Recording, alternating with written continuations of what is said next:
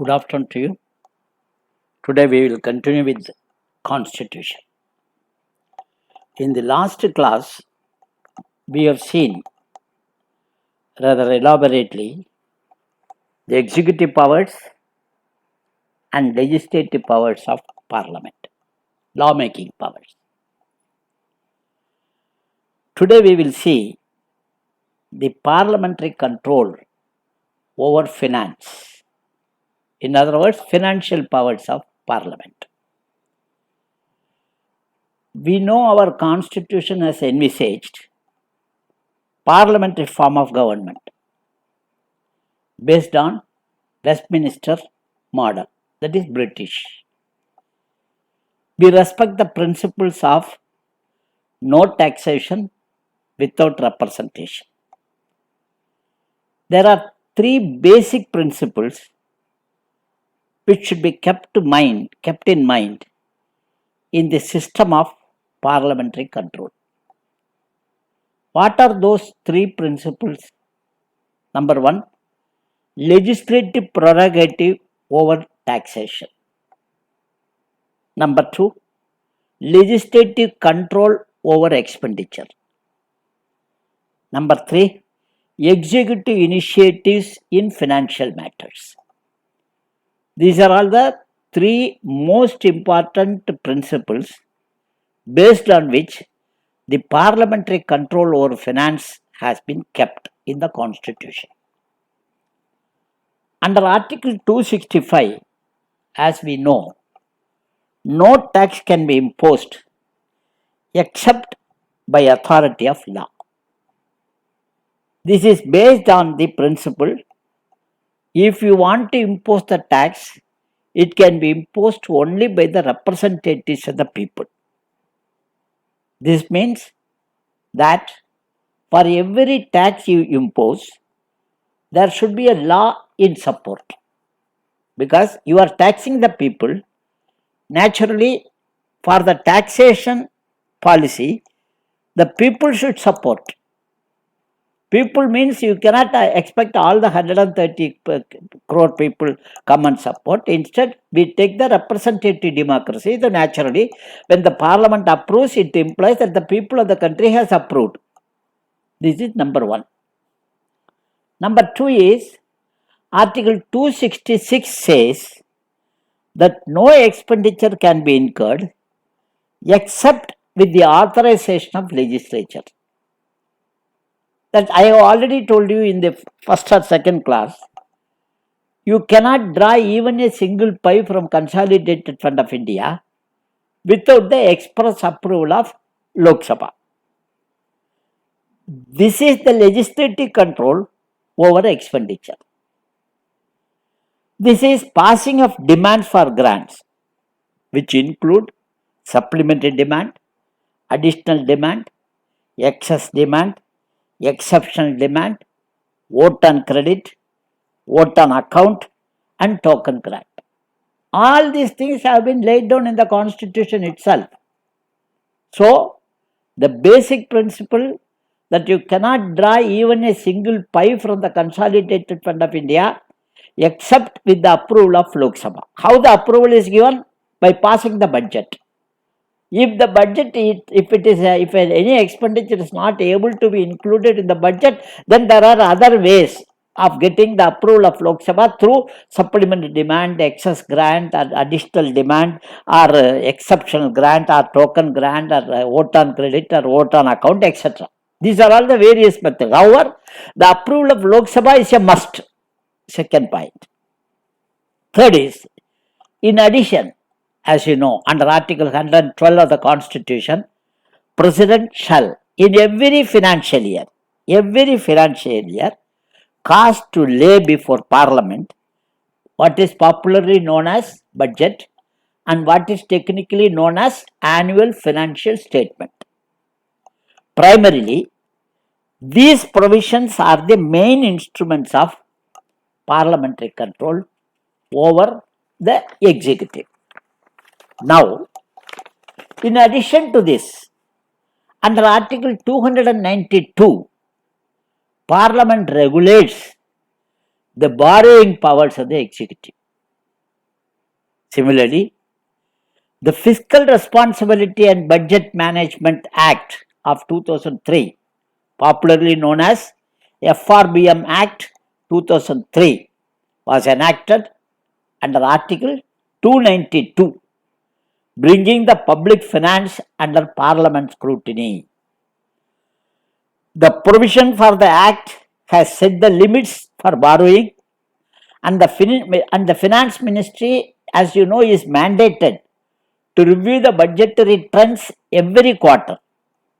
Fiscal deficit is an important area of review by the legislature. So, this is another control.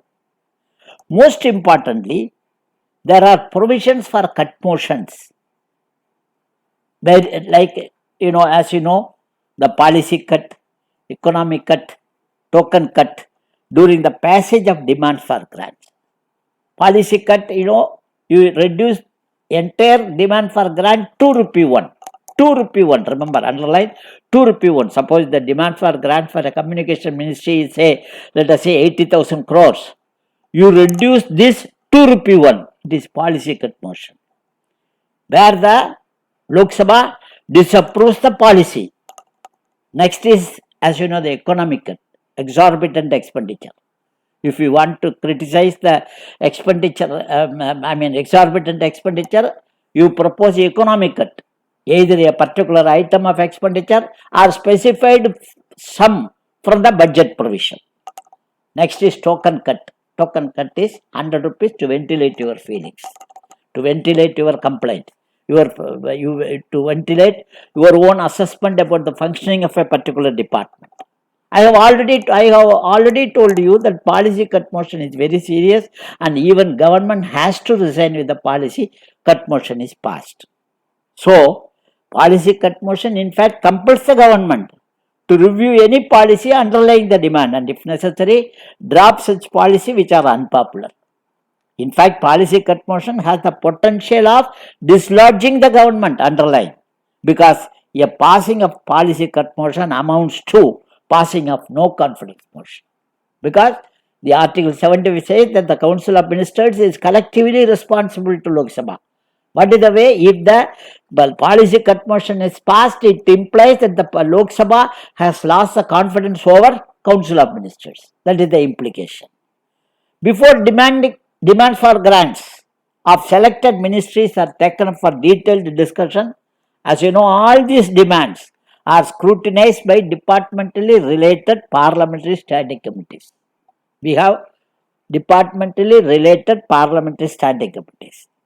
The reports of these committees serve as an eye-opener to the executive. The present trend is that even when guillotine is applied on the outstanding demands which are left undiscussed by the House, cut motions are allowed and are discussed. It should be noted that under the budget, the Parliament has to approve the budget. Even though the budget is prepared by the executive, the approval of Parliament is mandatory. And in addition, Parliament has the powers to reduce the demand or even drop the demand, but it cannot increase the demand for grant. In addition to the constitutional provisions, there are certain statutory and other narratives to control the executive. For example, the outcome budget introduced in 2004-5 is to review the outlay vis-a-vis the impact in socio-economic terms. That is, what exactly is the achievement.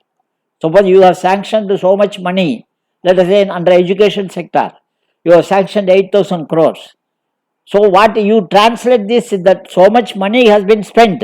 What is the outcome in the field? How many elementary school dropout has been reduced? How many schools have been opened? What is the increase in literacy rate, etc. on the ground level?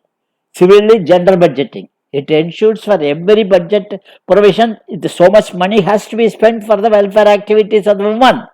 This is also gender budgeting.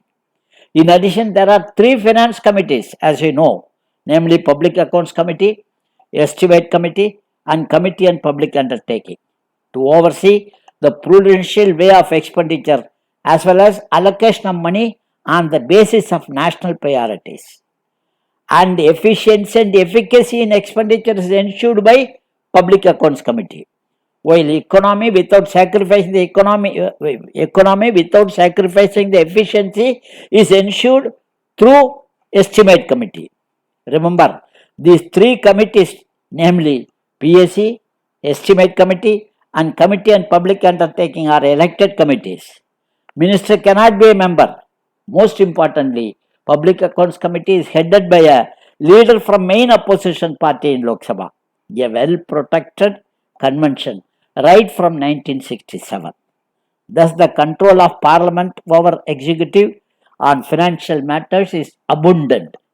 Now, from the examination point of view, Article 265, Article 266, Article 112, demands for grants, excess grant, supplementary grant, additional grant, exceptional grant, vote on credit, vote on account, token grant, guillotine, finance committees, FRBM Act 2003, standing committees, general budgeting, outcome budget. These are all important topics which you should keep in mind from the PT point of view as well as main points of view. Thank you. We will end the class now. In the next class, we will take up one item of what is known as current affairs. Most probably, we will take Central Vigilance Commission. We will take Central Vigilance Commission in the next class. Thank you.